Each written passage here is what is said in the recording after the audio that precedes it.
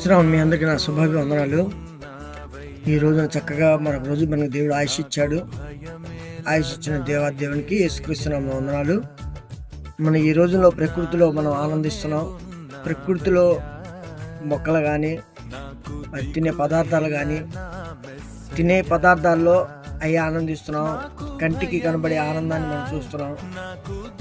కానీ నిజరక్షకుడిని గురించి కూడా మనం తెలుసుకోవాలి. ఆ రోజున నిజరక్షకుడు మన కోసం ప్రాణం పెట్టి 3 రోజులు ఇచ్చిన యేసుక్రీస్తు వారి గురించి తెలుసుకోవాలి. ఈ రోజున యేసుక్రీస్తు వారి గొప్పతనం తెలుసుకోవాలి ఈ రోజున. ఎందుకంటే క్రిస్మస్ అనే ఓన్లీ మనం నోటితోనే చెప్తున్నాం, నోటితోనే ఆనందిస్తున్నాం. కానీ నిజాన్ని తెలుసుకోకుండా 2000 సంవత్సరాల క్రితం యేసుక్రీస్తు వారిని పెట్టిన భూమి మీద రావడానికి కారణం ఏందో తెలుసుకోవాలి. మనం ప్రతి మనిషి తెలుసుకోవాలి, సత్యం తెలుసుకోవాలి, నిజం తెలుసుకోవాలి. నిజం తెలుసుకోవడానికి ప్రయాసపడట్లా. మనం ఆ నిజం కోసం ప్రయాసపడుతున్నాం, కానీ నిజం కోసం ప్రయాసపడట్లా. ప్రతి మనిషి నిజం కోసం ప్రయాసపడినరా నాయన, సత్యం తెలుసుకుంటారా బాబు అంటే ఎవరు తెలుసుకుంటా. మాకు ఆ సత్యమే చాలు, ఈ సత్యమే చాలు అనుకుంటా. కానీ సత్యం తెలుసుకోండి. యేసుక్రీస్తు వారు పుట్టిన కారణం ఎందుకో తెలుసుకోవాలి.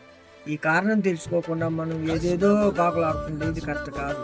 ఎందుకంటే 2000 సంవత్సరాల క్రితం భూమి మీదకి వచ్చిన నీ కోసం నా కోసం వచ్చిన నిజ రక్షకుడిని గురించి తెలుసుకోవాలి, నిజాన్ని తెలుసుకోవాలి. అందుకనే మన కోసం ప్రాణం పెట్టిన యేసుక్రీస్తు వారి గురించి తెలుసుకోవాలి.